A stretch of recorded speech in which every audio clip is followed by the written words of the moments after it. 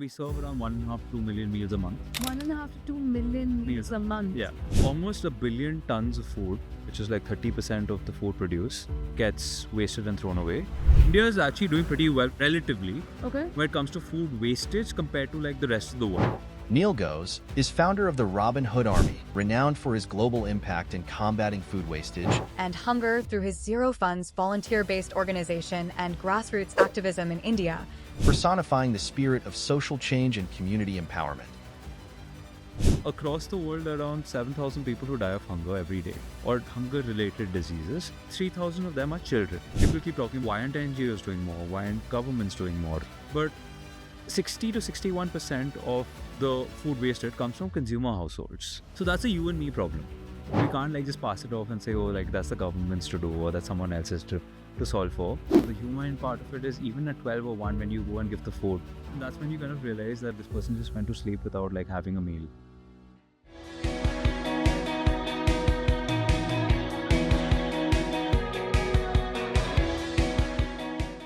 Welcome to Sustainable Tea with Shreya. We've got Neel Ghose with us today, who's the founder of Robin Hood Army, an organization at the forefront of solving food wastage and global hunger at the same time. Neel, welcome to the show. It's an absolute honor. I'm a big fan of Aruche, and thank you for doing this with me today. Thanks so much for having us in the podcast. Of course. For those who don't know what Aruche is and the work that the organization does, would you like to tell us more about how it started, the mission of Aruche, and what it focuses on? So the idea of the Robin Hood Army is really simple. We collect surplus food from restaurants and give it to the less fortunate. Now, who is we? Regular people like you and me. Doctors, lawyers, engineers, professionals, students, retired citizens, homemakers. Every single person does this in their free time. And they give anything between like from 3 hours a week to like many more hours a week. They get to decide that in terms of flexibility and how much time. They get to completely be flexible about that. The one rule we have in the Robin Hood Army is there's no money involved. So everyone does it in their free time. We have no office space. We have no salaries. We all have decentralized. Completely decentralized. But we don't collect any money, and like we'll talk more about that. Also, the other part is like while we're solving for like folks who are hungry or who don't know where the next meal is coming from, we try not to think of ourselves as a charity, and it's more like how do we bring two communities together. And every time we like serve meals, it's more about getting to know them, like making people laugh, having a conversation, getting to know each other. So that's kind of like the basic ethos of the Robin Hood Army. So it's community over charity. Absolutely.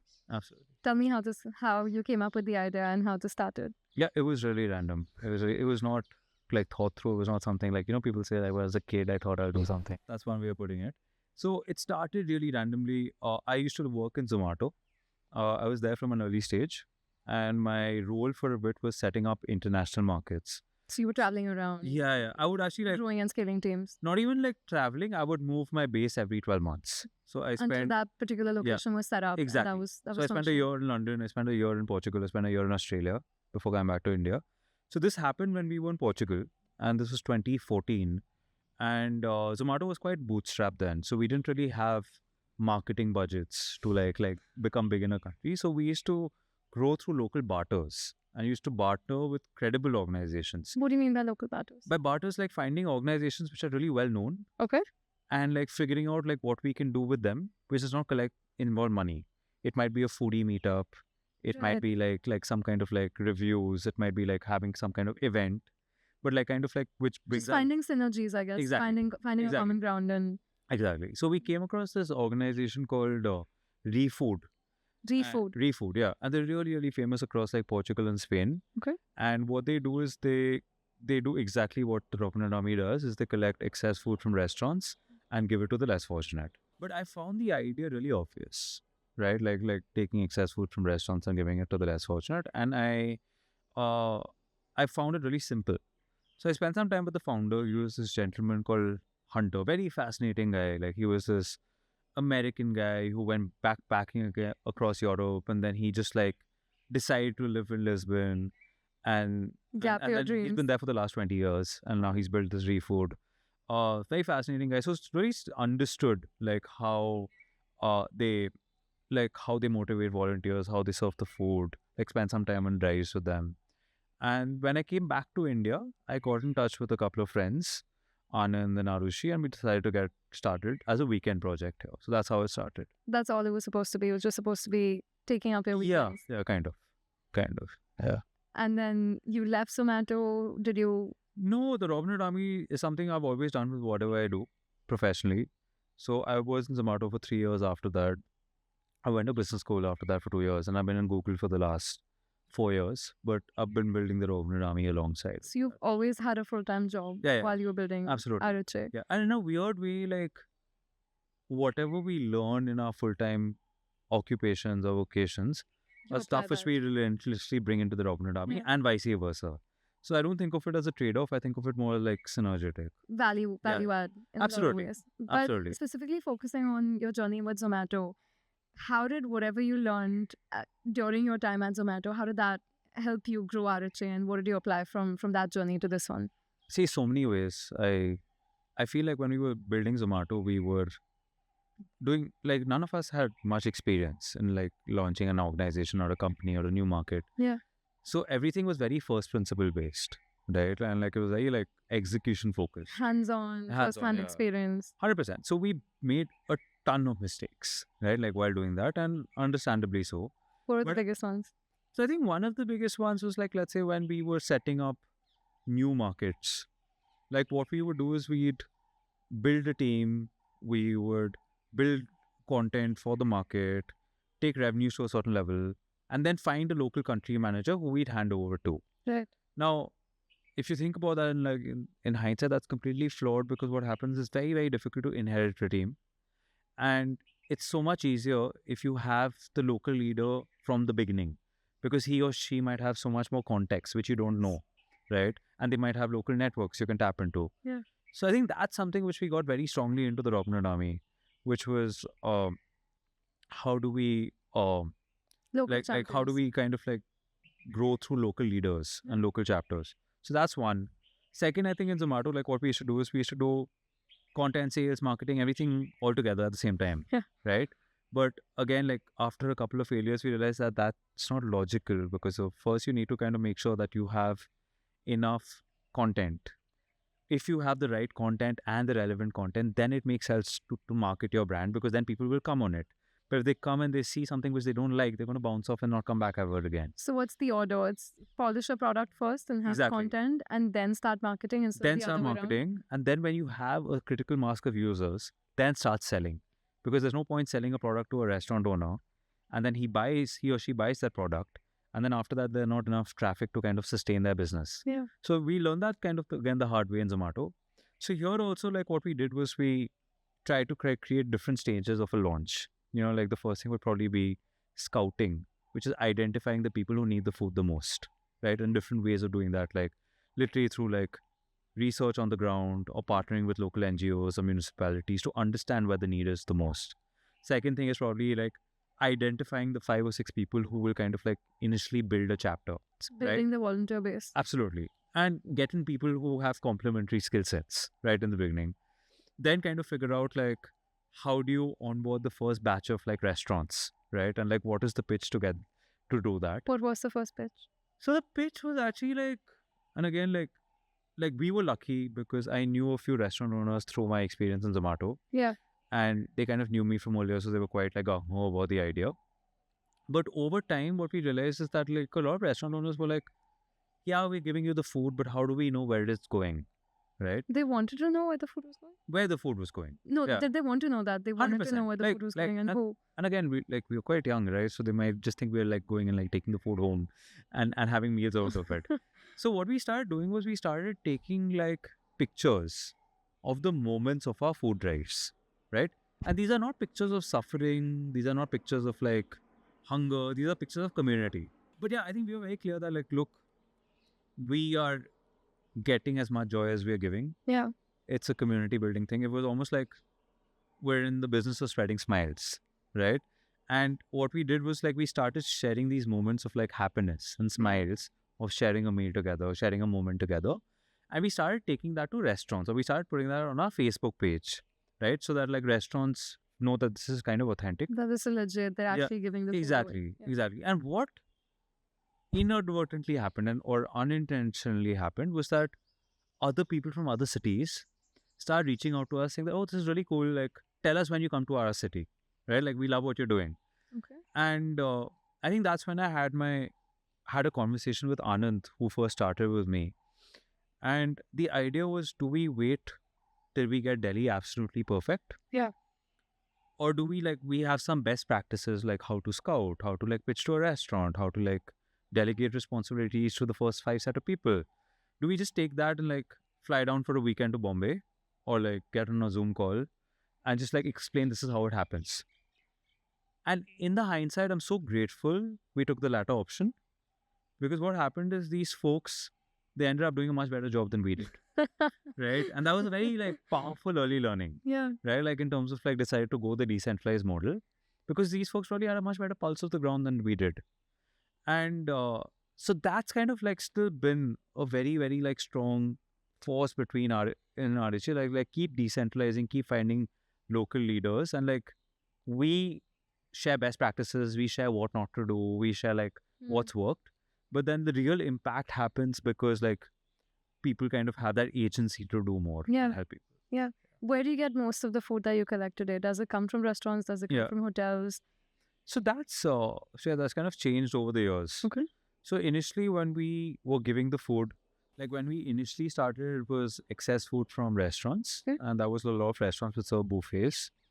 But what happened is when we started getting the restaurant community involved in terms of like showing them photos of what's happening, in some cases them joining us for food drives. Oh, they did that. Yeah, Like, 100%. So then they got much more emotionally invested, and they started giving freshly cooked food.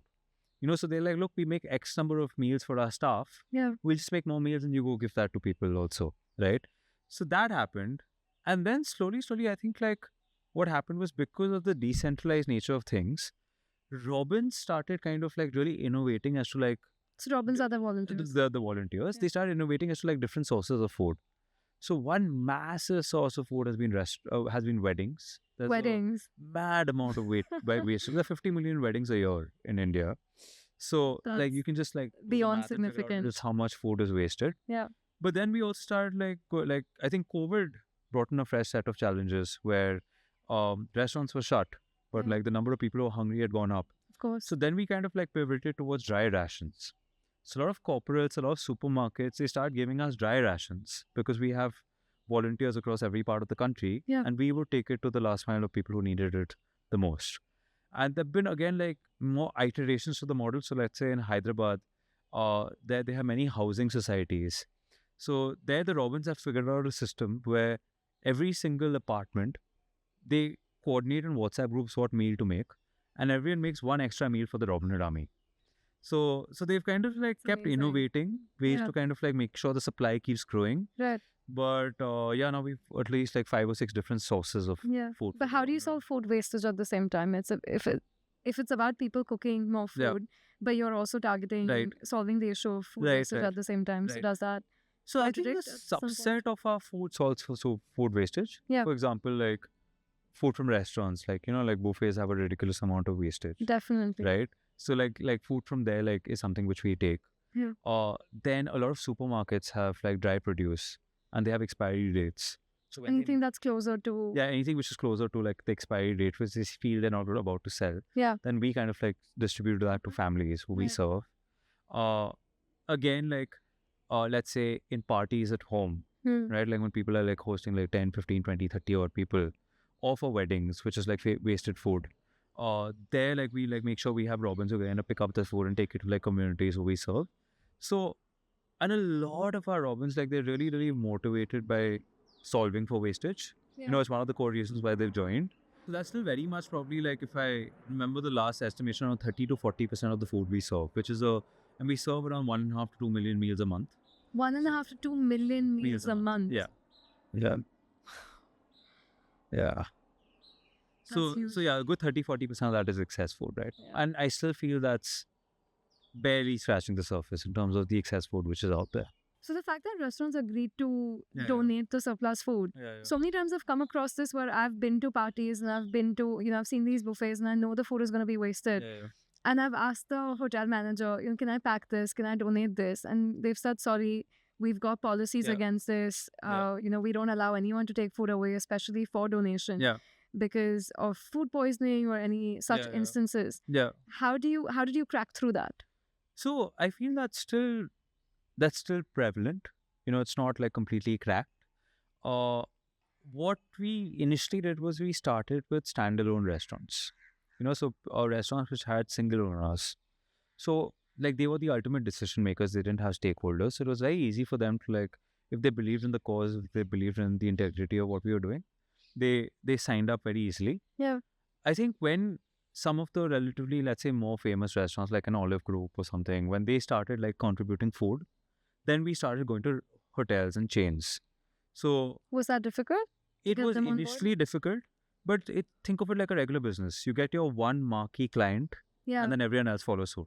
Just right? the snowball effect. Yeah, yeah. right But after. everyone like wants that first. Like, okay, let That's someone true. else do And it that's first. the and then- hardest, Yeah, it's yeah. like talking about your Always. first break. That's always the Always. hardest to. So I think that was so we got like a few people who believed in us. I think it was the Lalit Group, which was the first 4 or 5 star chain which decided to support the Royal Army, and like they went all out. Like not only did they give the excess food, they also created these standees in all their buffets, saying that like all donate the excess food from this buffet will go to the Robin Hood Army.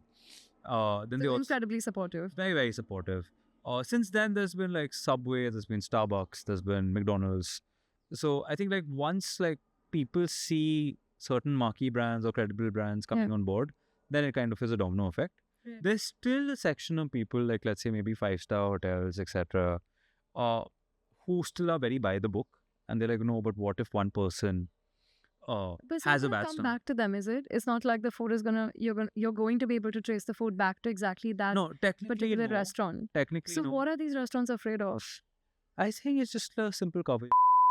Well, so they're like, let's just be very, very safe. And it comes down And to they're that. okay with wastage. If you know They're there's very, food they're for less for 100 people that they could have just given away, but Right. just because they don't want to take the liability on themselves, they're Yeah. okay with letting that food go to they're waste. okay with it, but I also feel like it's because they don't know like what can happen with that food. A lot of people who were initially okay with it, or they've been doing this for decades, when they got to know that look like the people who just live half a kilometer away, Yeah. they might not know where their next meals are coming from. We can take it to them. So when they get involved, then they tend to help much more.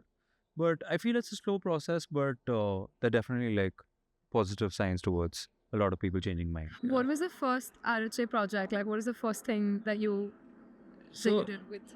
So I think what happened was like when I got to know about the idea in Lisbon and we came back, then I got in touch with like some of my old friends and I'm like, look, I've like found this really cool concept and I think it's pretty obvious Yeah. and we should figure out how we serve people.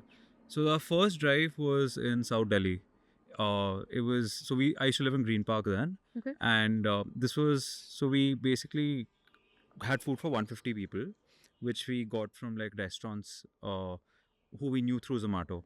Right? And we Right. just told them that, look, we're going to go give food to people who need it. Yeah. And initially, we thought that finding 150 people might be difficult. And because it's South Delhi, it's not like the corners or whatever. But when we went looking, like there were literally thousands.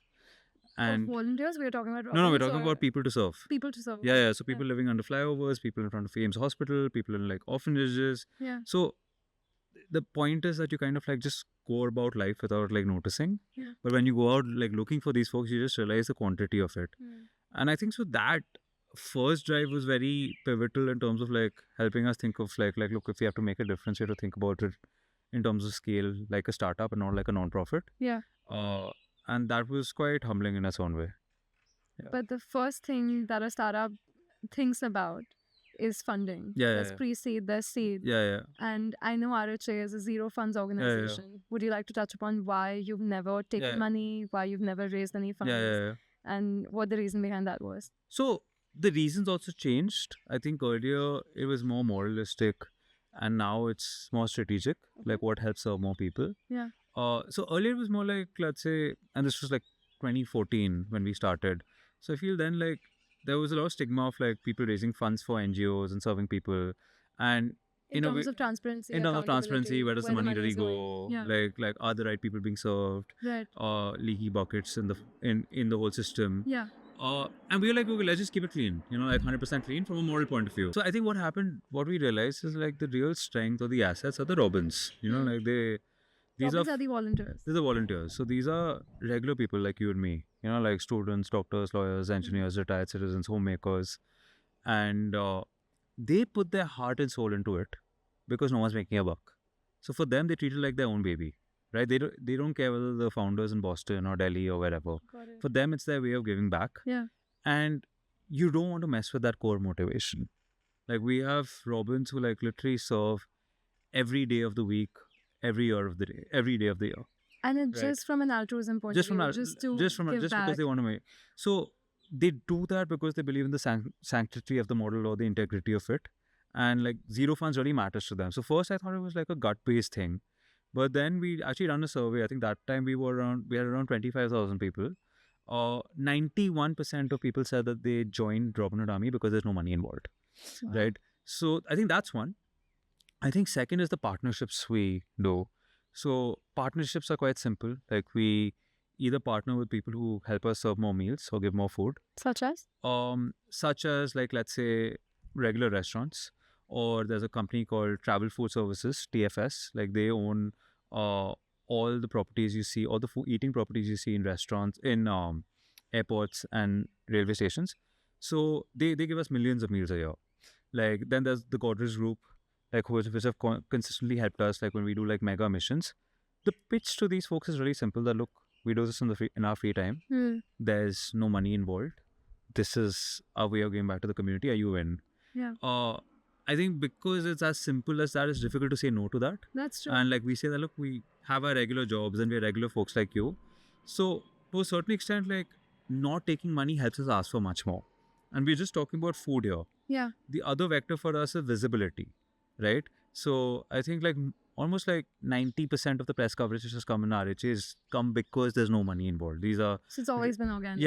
regular citizens who've been helping. Then, and not just like I'd say organic in terms of like coverage, but let's say billboard companies. Like what we go and tell them is like, why don't you give us your unsold inventory, right?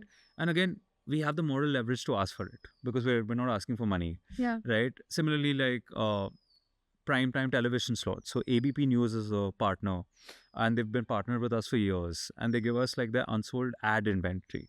So all of this is worth millions of dollars. That's true. But the second I raise a dollar, I lose that leverage, right? Like to serve more people. Yeah. And I think the third kind of partners, again, people who give their talent to build like RHA systems to make it more sustainable. So the Zero Dha team, they built out this whole retention platform on tech for like Robins to check in and kind of like see how they're doing with respect to like Robins across the world and all of that. So they And build the entire platform. They built the platform for us. And again, like the ask was just their talent. So I think that's one of the reasons why, like, again, like, so partnerships, the Robins, and when we go into new cities or new countries, like let's say Shreya is setting up in Uganda, right?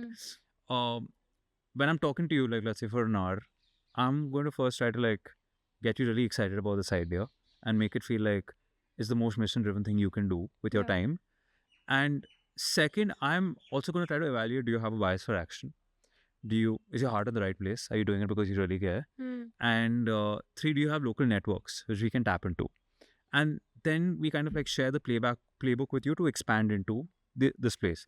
What I don't need to do is due diligence of your financial history, your bank statements, a bunch of other things, so we can grow much faster. Got right? So these are the three reasons why like we've really grown more and managed to serve much more people because there's no money involved. I was asking, some people would argue that for you to grow and scale, and the same startup logic, if you apply that to this as well, if you treat it like a startup, the reason you raise funding is to grow, is to be able to hire more people, is to maybe do marketing or build the product, use that in technology. Would you not argue the same, or have you not considered that at any point, that maybe raising funds or accepting donations would have let you build a bigger team, have full-time staff, or pay for storage or better distribution networks, logistics, taking care of all of that? Has that never been 100%? Like, I don't think I had the clarity I do today. And I've often debated in my mind that I'd love to like do this 15 hours a day, 7 days a week. It's my passion, it's my purpose. And I'd love to get really smart people to build this with me who I can afford and like pay them top talent. But I think the realization which has come is I'm not the CEO of this organization, right? Like my role is to be that of a custodian. And for that, like, it doesn't matter if I am involved with the Robin Hood Army for the next 100 years. But what does matter is that the Robin Hood Army keeps serving and keeps compounding the number of people they serve, right? And because of that, like the heroes are not the organization or the management, it's the Robins, the people on the ground. Right. And earlier, like I used to have these misconceptions that like it takes a certain amount of privilege to give back to people and all Yeah. of that. Yeah. But our Robins are like folks who come from very, very like regular backgrounds, right? Like we have someone whose father is a bus driver, but he leads a team of like hundreds of people. So I feel like the idea is how do you kind of keep inspiring communities to kind of take collective responsibility and look after people around them using food as a medium. Yeah. For that, not collecting money is a big, big motivator for them. That's what So drives them. that's what attracts them. That's what drives them, and they are the ones who are like doing it. We are just building the systems behind it. So I think that clarity is there. The way I also think about it, like we should not ever be too like married to one thought.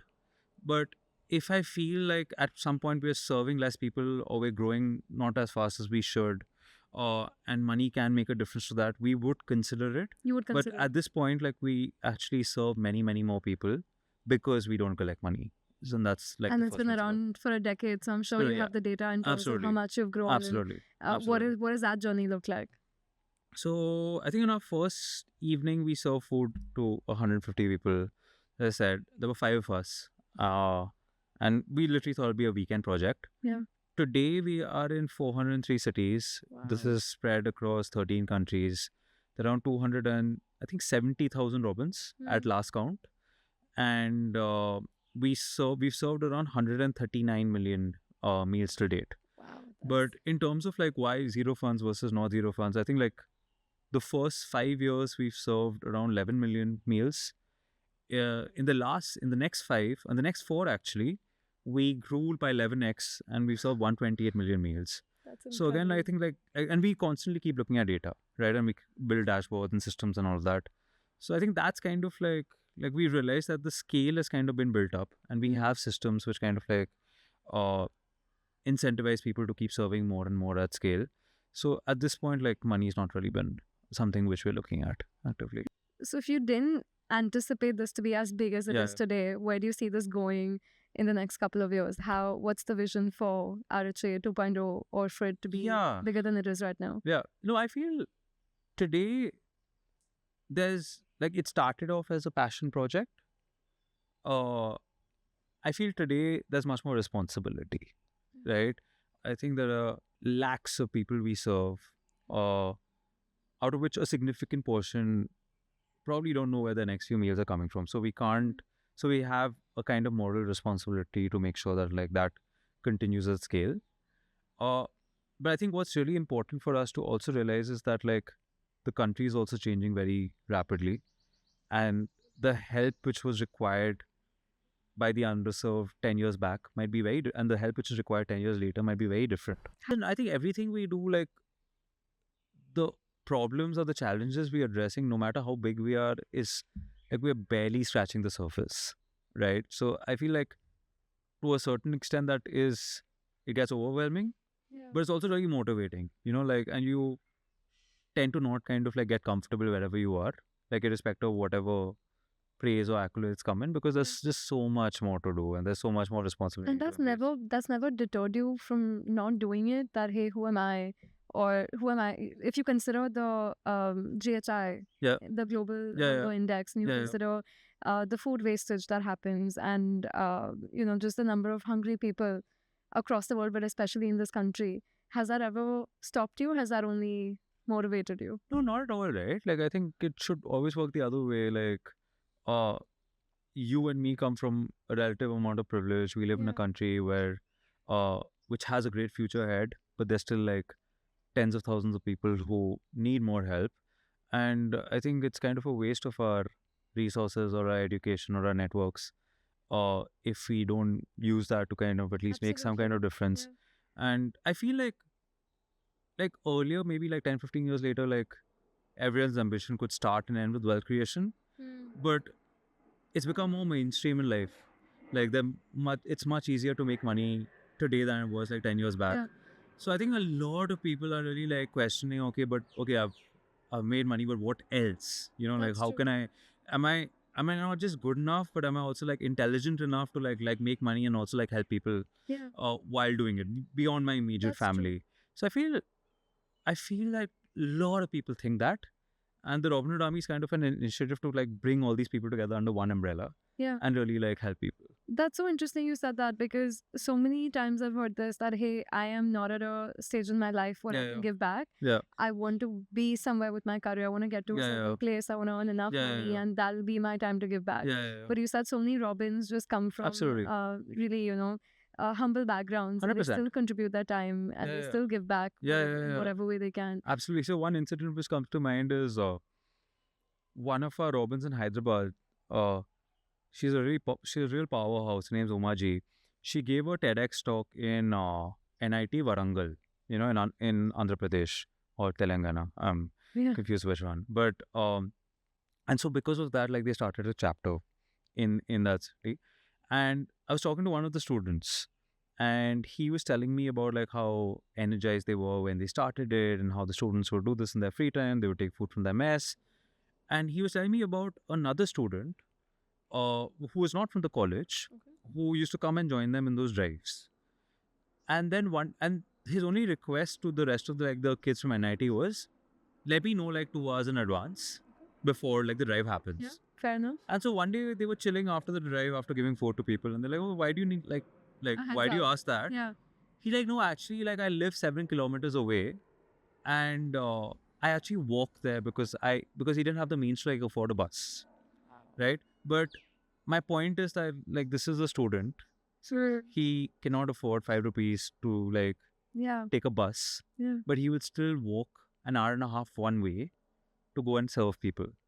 Right, so if like he can do it, then I'm sure like people who are executives or MBA schools or Absolutely. whatever There's, can like there's zero figure out excuses life to like do it. Yeah, in yeah. So what is the motivator in that sense? What is stopping people who have everything and who have the means and who have the resources think they need to get to a certain level before Right. they can start giving back, versus somebody like him, somebody like that student who doesn't think about anything else except impact? Yeah.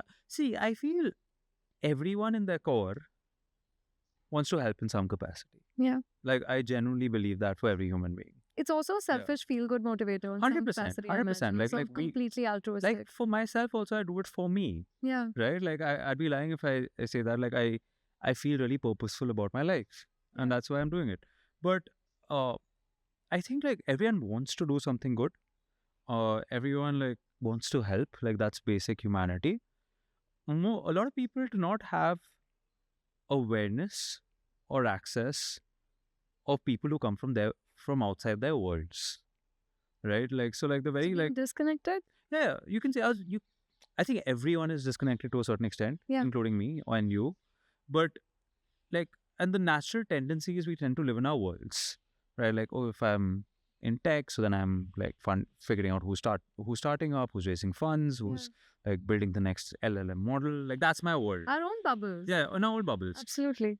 I feel like the second like some people have access or see what's happening outside of their bubbles, they can realize it's just so easy to make a difference, right? And essentially, even in our bubbles, we're trying to make a difference, Yeah. right? And India is a place where like you can see that very, very easily, right? Like you can see like the best of what tech has to offer, the best of what opportunities have to offer, some of the smartest brains, and you can also see like folks who don't know where their next meal is coming from, Yeah. or who don't know like how to send their kids to school. But I feel the second like you create opportunities for people to get out of their bubbles, automatically there's kind of like an inner awakening. They're like, oh yeah, like I'll do my part of the world, but I can also make a difference here. I think the bottleneck is those opportunities, right? Like, and that's what like we tried like initially when we started the Robin Hood Army. Yeah. It was folks like us, right? Which was like young professionals in their 20 somethings who are looking to try to make a difference. But now it's literally like folks from all walks of life. Yeah. You know, like there are senior citizens, there are uh, toddlers who are like 3 or 4 years Really? old who come with their Yeah. parents.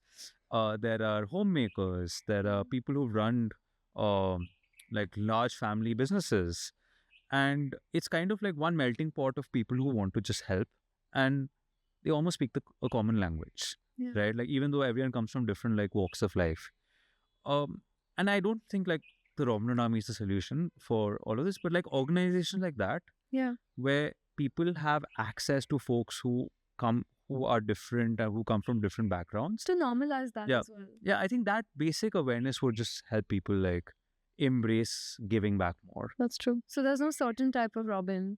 Not that at all. capacity. Not at all. Not at all. What are the Right. challenges you still come across? Have those challenges changed over time? Are there any red tapes? Are there any barriers? Do you receive any criticism for the work that you do? Anyone that kind of makes it harder for you to continue doing what you do? at Yeah, this I'm stage? just trying to like I can think of 100 challenges, but I think like what are the three which I want to talk I'll about? give you top The three five. big ones.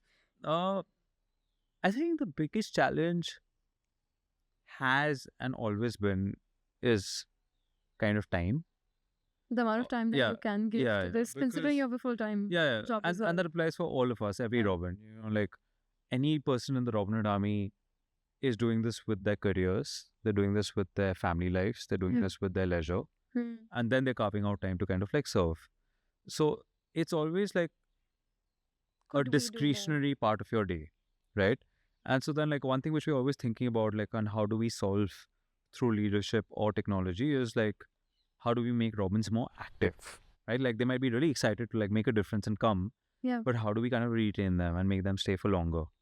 So I think obviously one big challenge. Okay. Second is like as we grow into more cities, more towns, more countries, how do we keep certain standards? Right. Right. Because it is very decentralized, as you said, Exactly, and local exa- leaders can lead it the way that they want to Exactly, lead. which is great, because I think like local leaders have the best pulse of like what people need. Yeah. And they get more creative when it's decentralized. But how do you kind of like solve for bad actors, That's true. right? Like how do you solve for like a case where like someone is coming into the Robin Hood Army and just trying to use the goodwill to kind of make a quick buck. And because The like we're instances talking that have about happened to you, sir, where people Yeah, have yeah. accepted money. yeah, absolutely. So when you're talking about lakhs of people, there will always be a few bad actors, but how do you create the systems Yeah. to solve for that? And like let's say we deal with so many children, like what if like one of them like there's an incident with them? Like how do we solve for that? So I think like I keep obsessing and thinking about like this black swan incident, which Hmm. can kind of like take away the goodwill or the credibility of the Robin Hood Army or what we built Yeah. over the 9-10 years. So these are some of the challenges which come. What else? Any other red tapes, any barriers, any issues with regulations or people not being fully on board with what the organization is trying to do and serve? Not really. I feel like we've always got a fair amount of support. Yeah. From the community, from local municipalities, from governments, whatever. Governments have been supportive. Yeah, absolutely. I supportive think as what's well. happened, and see, like food, the way I think about it is that yes, we're solving for food wastage Yeah. and we're solving for hunger, but every meal we serve it's not like it's not a food delivery platform. It's not like I'm Yeah. giving you the meal and then I'm done with you. Yeah. If I'm having a meal with you, I'm trying to get to know you, like your life and like what drives you and all of that. Similarly, like when like people are going to the Robin Hood Army and giving food, the idea is get to know the people you serve, right? And build community. Why is So- that important? Because I see so many charity drives and I see Yeah. so many food charity drives Yeah, yeah, yeah. specifically Yeah, where you just go out, hand out a packet of food Yeah, and yeah, that's it. That's done. yeah. That's a relationship with them done. So for me, and I'll give you a couple of practical examples. Like there's a gentleman a few years back in the Robin Hood Army. His name is Dr. Sanavne. And he used to, he's a doctor, he's an eye doctor, and he used to serve people in his cluster. So what he realized is that a lot of people had failing eyesight, right? Like through the conversations, through getting to know them and all of that. Now, he and the Robins, they kind of figured out is that like if they went and convinced the local clinic owners that, look, why don't you like sponsor 50 cataract surgeries? Because this is as simple as a cataract surgery. Now, because of the trust and the goodwill they had built with giving these folks food for months, what they realized is like then they managed to convince them that look, like we'll take you to the clinic, we'll take care of all the pre-care and the post-care, but just get this done, you know. Now, out of those 50 odd people, 48 people improved their eyesight. Two people who didn't see started seeing again for the first time. So for me, more than the millions of meals, the hundreds of cities, the Harvard case study, like that isolated incident signifies what the Robin Hood Army does. Wow. And Like, it's so much beyond food in that case. yeah, like how do you bring out the best? And that's what our mission statement is. Yeah. How do you bring out the best of humanity using food as a medium? So similarly, like let's say when COVID happened, we realized we had robins in every single neighborhood of the country, right? One very affected part of society were not like like yes, obviously like people who didn't have means were very very affected, but even senior citizens, right? People who lived alone. Yeah. So we very quickly kind of like mobilize our like thousands of robins, and we did a partnership with ABP, and they spread the news on national television. And I think with Uber, who helped us with like logistics and like drives, With free rides and with free rides and all.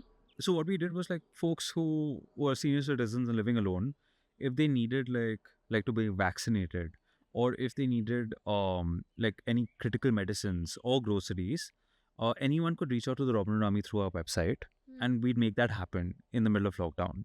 So it's almost like what we have is now like a network of good Samaritans in every part of the country. yeah. And like the way they connect with the community is through regular meals, but we can mobilize them very quickly For as and when anything like else. something's required. And Yeah. I think like that's the bigger picture That's of true. why we're building the Robin Hood Army. So food is just at the center of it. Absolutely. Of course, so much more Absolutely. has Absolutely. come out of that. Absolutely. And that's like coming back to like what you were saying, like sometimes there's a very academic question Yeah. that, oh, but like if you're like giving these people food, are you actually crippling them? Are you not going to like That's actually exactly what I was going to ask you, Yeah. because it's not skill based. It's not. yeah, It's a recurring need, Absolutely. of course. And in Maslow's hierarchy of need, that's the first thing, right? Like Absolutely. food, shelter, clothing. Absolutely. And unless you move beyond that, I Yeah. don't think they can think about anything Yeah, else. And yeah. it's unfair yeah. to sort of start solving for bigger problems when the basic Yeah, needs yeah. are not taken care of. Absolutely, absolutely. And I feel that, look, if someone's hungry, Yeah. whether it helps the country, whether you're going in the right direction, whether it's like just serve them a meal, right? Like it's Yeah. as simple as that. It's basic humanity. But I think consistently serving people meals builds trust, and through that trust, you can figure out how you can make a difference to people's lives. Right. But coming back to either that being crippling or Yeah. increasing the dependability, knowing that the food's gonna keep coming, the meals are gonna keep coming. Is there like any data on that? Have you thought about it? Have you thought about that sort of impact from an academic point of view or from an impact point of view? Yeah, 100%. I think like it's so even as I said, like the first day when we went distributing, we were thinking we'll struggle to serve 150 meals. Yeah. But even in a 10-minute radius, there were like thousands of people. And so that's when we started reading up about it, like first. And the data then and the data now has not changed drastically, right? Like there is approximately 790 million people who across the world Yeah. who don't have 2 square meals a day. A fourth of them, understandably, are in India because we have like such a large population. Almost 1 billion tons of food, which is like 30% of the food produced, gets wasted and thrown away. So almost 1/3 of total food Yeah, yeah, produced around the world Yeah, is absolutely. thrown away. I think that 1/3 has come down to slightly towards like a little more than a 1/4 or 1/5, but it's still a ridiculous amount. It's 1 billion tons of food a day. I Yeah. can't even imagine the value of that. Must be in billions as well if we're talking about that in volume. I can quantify it in India. So India is actually doing pretty well relatively Okay. when it comes to food wastage compared to like the rest of the world. It's still pretty bad everywhere. Right. But out of that, let's say 1 billion tons, like India's around 74 million.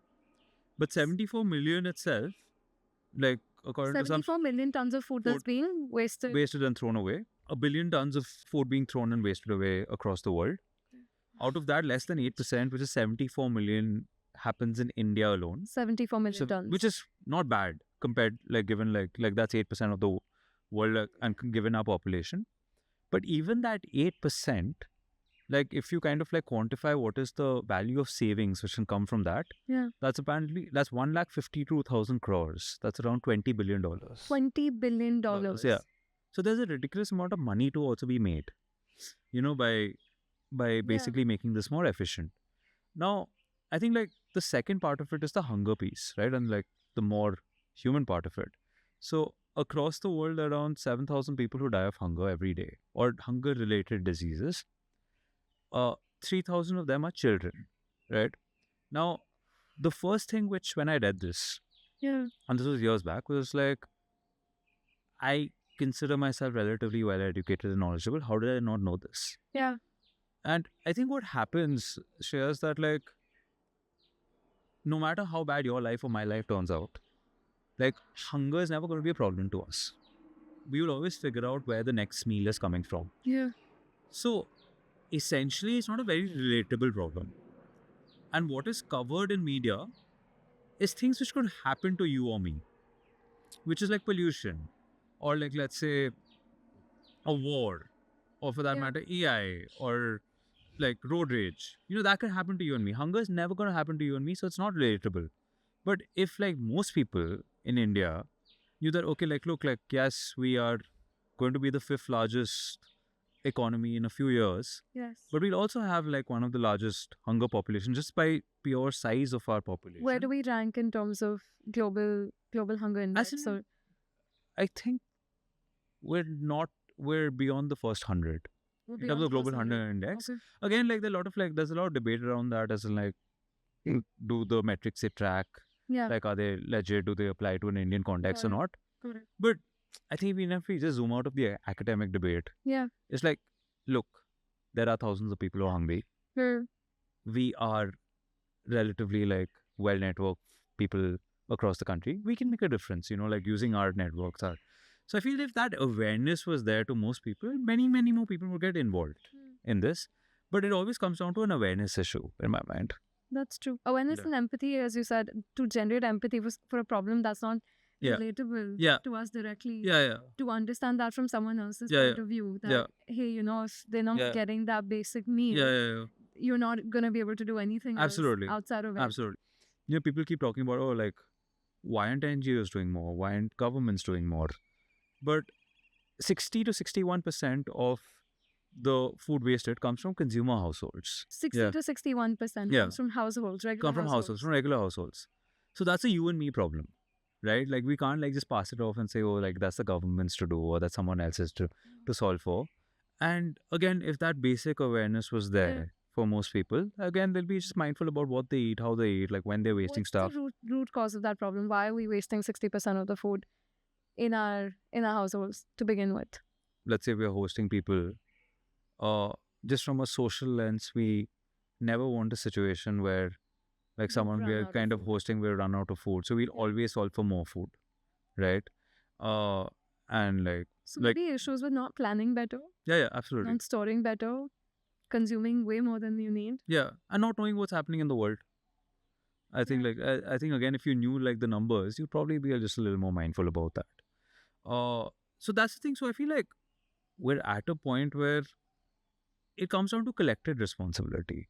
Like, it's not a factor of whose responsibility. It's everyone's responsibility to figure out in their own ways how they can make a difference. And like, hunger is one part. It could be education. It could Yeah. be like, it could be sustainability. It could be pollution. Like just find something where like there's enough like things which need to be fixed. And outside of like the part of your life where you're earning money, like also figure out how you can make a difference there. I think that's like, if that collective responsibility is there, we just like grow into a much more like compact society. It's true. But so many people think it's uncool to do that, especially, me coming from where I come from and then choosing to be in the impact space. People almost, tell me, why do you have to do this? As if it's something that's beneath you. Like, impact is something that's not as glamorous of a job as leading, being part of a tech company or doing something Yeah. that's much more lucrative. But do you also think that RHA kind of amplifies that if you want to do good, it's almost not backed by monetary reward. It's not lucrative to do good, or it's not lucrative to be in the impact space. Because you would I've- obviously earn a lot of money being Yeah. a CEO of a tech Yeah, company, yeah, yeah. for that matter, instead of Yeah. leading RHA. So one thing we learned in business school, was that like if you tell someone that, look, you're doing really well in your career, I know, like because you have a good heart, you should also like cut a check to someone. Yeah. Then that's more like a favor you're asking It's someone. tokenism. It's almost, that's what tokenism, it yeah. And even the person who's being asked is like, okay, cool, is. whatever. Yeah, if I can, so I'll do Yeah. it. But I think if you reframe the challenge that, look, forget the goodness. Yeah. Are you smart enough to kind of like do good for yourself and do good for others? Then it's much more challenging, right? Then people who are like self-proclaimed successful folks, they think of it as like, okay, like this is something which also like I can do and can pick up. So I feel that's step one, which is like, it's on everyone to also reframe the ask, right? Rather than just like doing it from a tokenism lens. I think the second part is when people actually get involved. Like, let's say when we go for a Robin Army drive, Yeah. and you play with the kids, and you're not just giving the food, you're like talking to them, taking selfies, playing cricket with them. It's a complete switch off from the rest of your day. And like every other thing which is in the back of your mind, like, I haven't booked my holiday tickets. Yeah. I have to like figure out how to do my appraisal conversation. I have to like every other thing which like any type A person's going Just through. You fades just away. like switch off. So it's very meditative. And it's also like to a certain extent, like you realize your problems are not that big a deal. So you get a lot of That perspective. perspective. Yeah. So I feel like when people are exposed to that, then they also do the other parts of their life better. Right? Not to say that like it's a trade-off.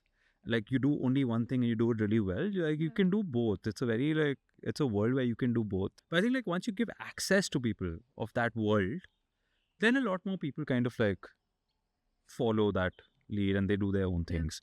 But when it comes to like just like cutting a check or something which is very tokenism, like which is very like from a token perspective, then it's difficult for people to really get immersed or involved in like what that impact is, and they don't see the value themselves. Exactly, and like I said, it comes back to money and not making money out of it. Yeah. Almost, because these NGOs, they are non-profit. Yeah. So, people have this perception that I'd be better off having Yeah. a high-paying job than Yeah.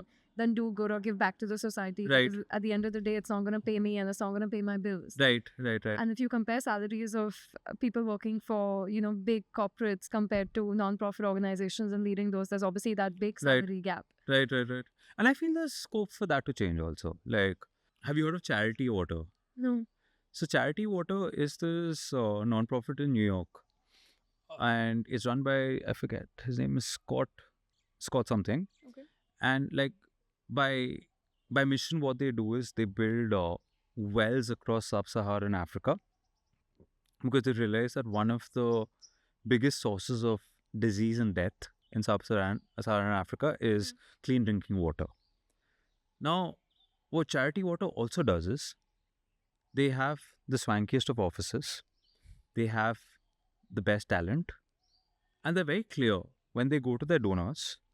They're like, look, like you either contribute to the upkeep of the organization, which is Charity Water, or you contribute directly to the wells. So there's no ambiguity as to where you're putting your money. So you're either like Understood. investing in talent, Yeah. or you're investing in the direct impact. But the talent also compounds the impact. Of course. And what they do is they pay salaries above market rates. So like smart folks from like McKinsey or wherever would be like, yeah, like if I get as much money, why won't I spend my Yeah, time and energy it's a doing something no-brainer. good? What I've heard is this guy is so well networked. He knows folks across like Silicon Valley, like folks like Travis, etc. from Uber, have actually pledged a percentage of their ESOPs to employees of Charity Water. Because why should they like let the opportunity of wealth creation go if they're doing well? That's so cool. So I feel like So that. flipping the script. Yeah, when it it's comes to exactly how charities are run. like the toughest problems to solve are like hunger and education and global warming. So like Yeah. you need the smartest people to kind of like go there. but you also have to have the right incentives. Yeah. You mentioned briefly that there was a wedding in Surat Yeah. that ended up feeding the waste from that wedding, the leftover Yeah, yeah. food from that wedding ended Yeah. up serving 10,000 Yeah, people. 9,000 people. Yeah, 9,000 yeah, people 9,000 out people. of one wedding. Yeah, And this was just leftover food. Right. And this is not an anomaly at all. There are 50 million weddings happening a year in India, and there's a ridiculous amount of food. And I feel everyone has that stigma that like someone who comes in our wedding should not have enough food to eat.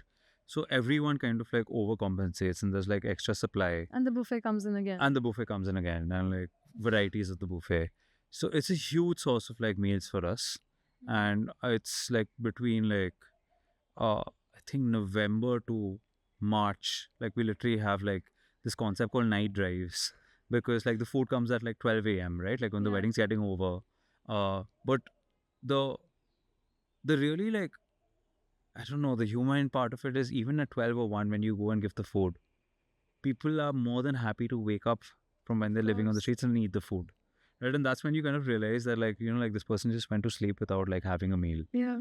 So it's yeah, I think like again that's a huge source of food to like tap into. What can we do when we're planning weddings to reduce the amount of food wastage in not just in weddings but our households, restaurants, hotels, parties? What can we do as day-to-day consumers to help solve that? So I think first thing is like have a very clear idea of like what is the kind of quantity which are realistically being consumed, and like not just round it off to the nearest 100 and say, oh, let's just get so many meals. So I think like just being a little more responsible when it comes to purchasing the food. The second thing is like there are enough and more organizations like us which kind of redistribute food, Yeah.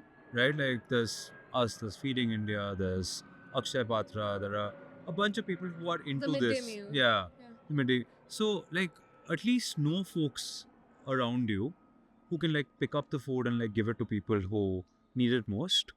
And I think the easiest possible thing is join the Robin Hood Army. I think that's that. You've definitely recruited me, Yeah. so I'm glad to know going to that. be one of the Yeah, Robins I'm glad. for sure. Yeah. Have there been any unlikely allies, anyone that you didn't expect to be a partner, or any unexpected growth or support that you've received from anywhere?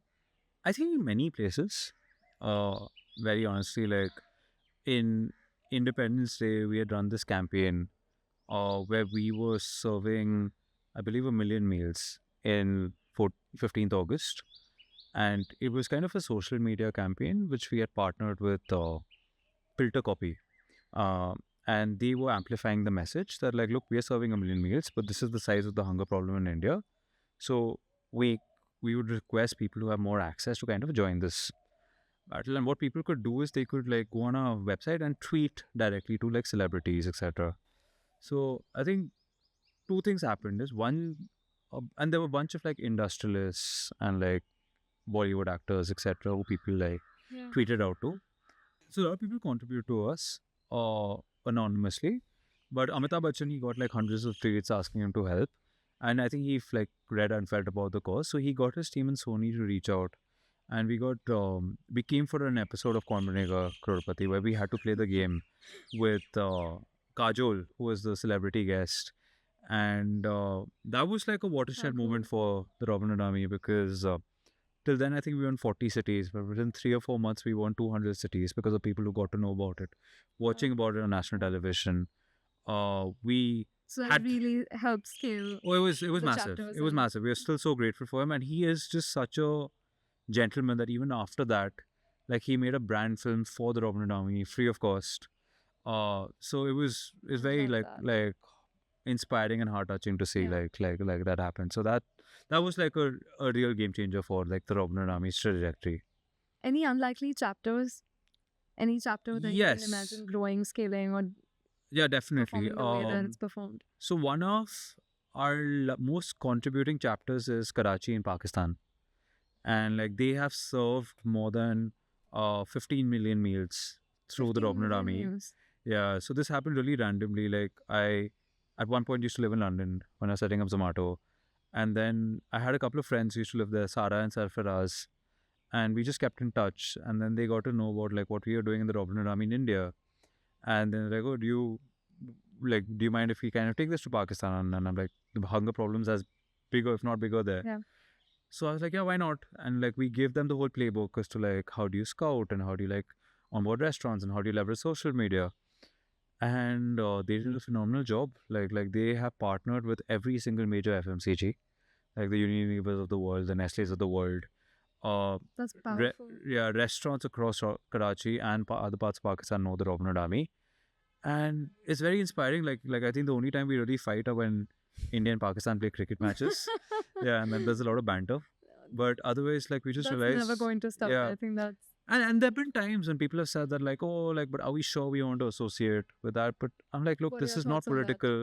This is not political. It's like the hungry people on both It's sides just of the cost border. driven. So for And you, it's the end result. yeah, we're just like serving people, and Yeah. like this is not at all like this is all about hunger, which is like a much more base need than And it's anything. beyond Yeah. borders. Yeah, That's exactly. beyond Exactly. identities. And so that's kind of inspired us to go into more countries. Like I think that after that, like Sri Lanka, Nepal, and Bangladesh, and all of that has really taken off and grown.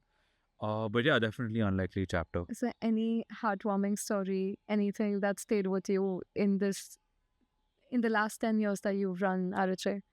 When my co-founder Arushi and me we went for a drive like of sometime back in Delhi, and she's damn good with kids, so she was asking kids like the kids we were serving like, what do you want to be when you grow up? And someone was like Modi ji, someone was like Kohli, or someone was like different things like Yeah. Shah Rukh. And then one of the kids was like, I want to be a Robin when I grow up. And I feel Aw, like that was the ultimate validation. Yeah. You know, like we're Yeah, like that's it. that beat any Howard case study, Yeah. that beat any this thing. Like it was like we're like, okay, cool, we've done something real in life. You've done way more yeah, than yeah. you've done So way that more was than that was very very touching. That would have been everything. Yeah, it was. It was. Neil, please tell us how we can support you, Yeah. how others can join in on this mission, Right. whether that's government, whether it's Yeah. policymakers, restaurants, content creators, because I know you use Yeah. social media quite Yeah. actively. Yeah. How can we support the incredible work that you're doing? So I feel so right now we have little less than 300,000 Robins. I feel that's an only, right? Like I genuinely It's believe. an army. It's called an army. Yeah, but I feel like if we have to really make a difference, we've got to be in the millions. Yeah. And so for any person who's just like wanting to spend a couple of hours a week, like helping people, meeting like-minded folks, doing that, we have a WhatsApp number. They can just say hi on that WhatsApp number, and they'll be connected to We'll put that WhatsApp number. the local WhatsApp group. Because I know you don't remember it. Yeah, actually, I'm trying to remember it while we speak, but it's not the easiest one.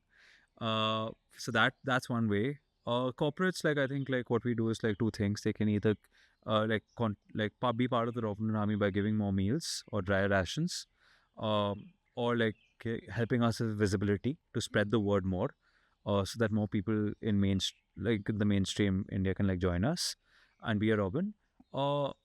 Creators is something we're trying to get deeper into. You know, I feel like we've always spread the word through social media.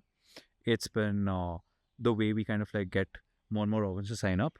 How can creators sign up? How can creators be part Very of your simple. mission? They can just like reach out to us on Instagram, like on our page RHA_India. Yeah. Or they can drop an email at info@robinhood.army.com. And what we've done, we've seen this like with a few, like there was Vikas Khanna, the chef, and there are a few like bloggers who have 1 million followers. I'm very like antiquated, so I don't even know their names. But like they came for drives, right? And like they like literally spend time with the Robins and the people we serve for like a few hours, and they documented that and shared that with their followers. So it was really beautiful.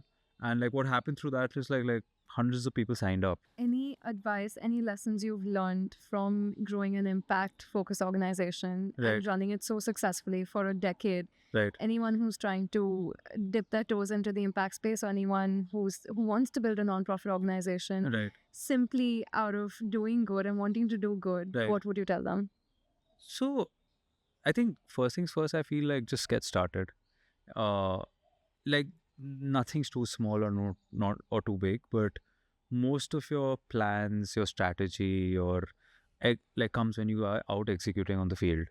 So I think most of your answers come there. Like there are times when I've seen we've also been guilty of it, that we sometimes intellectualize a problem too much. You overthink it. You overthink it too much, and at the end of the day, you don't have a pulse of what's happening on the ground. Yeah. So only when you start the process of giving back on the ground will you kind of really like formulate what can scale.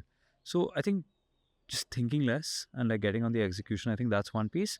And the second is like if anyone's starting something which is about impact, I think the most important thing to realize is that like it's not about you, right? And you're never going to be like a CEO of that organization. Your role is to be a custodian, and your role is to make sure that the impact continues come what may. So it's a different C-suite role. It's not a Yeah, CEO. yeah, I It's a think so. custodian. I think it's so. C for custodian and not for Absolutely. CEO. Absolutely. And like always putting the mission first. I think that's something really important. And finding people who are smarter than you who can take it ahead. So I think that's the one thing which I feel I've seen also in the Robin Hood Army world where people tend to forget like what really matters, and what really matters is the people you're serving, right? And like just always knowing that is probably a important part of You the see build. that as your North Star. Yeah, 100%. Neel, thank you so much again for Thanks, this Shreya. conversation. Thank you for recruiting me as well. And No, absolutely. I Excited can't to see wait to what you do. so much work with you. Yeah. And yeah, we're going to have a separate conversation about 100%. that. I think that's going to be another podcast episode, 100%. long conversation Yeah. about. But thank you so much. Thanks Neel. for having me. being here, Thanks for and having thank me, you and thank you thanks for on doing behalf this of the with me. Robin Hood And Army. all the work that you do. Honestly, I wish you all the success and all the growth and bigger chapters and a million Robins Thank you. by the end of it. Maybe that's your problem statement. Take us from 300,000 to a Let's million. do it. Yeah. Let's get a million Robins Right. on board. Let's do that. Yeah. Thank you. Okay. Thank you, Neel. Thanks, Shreya. Thanks. Thank you.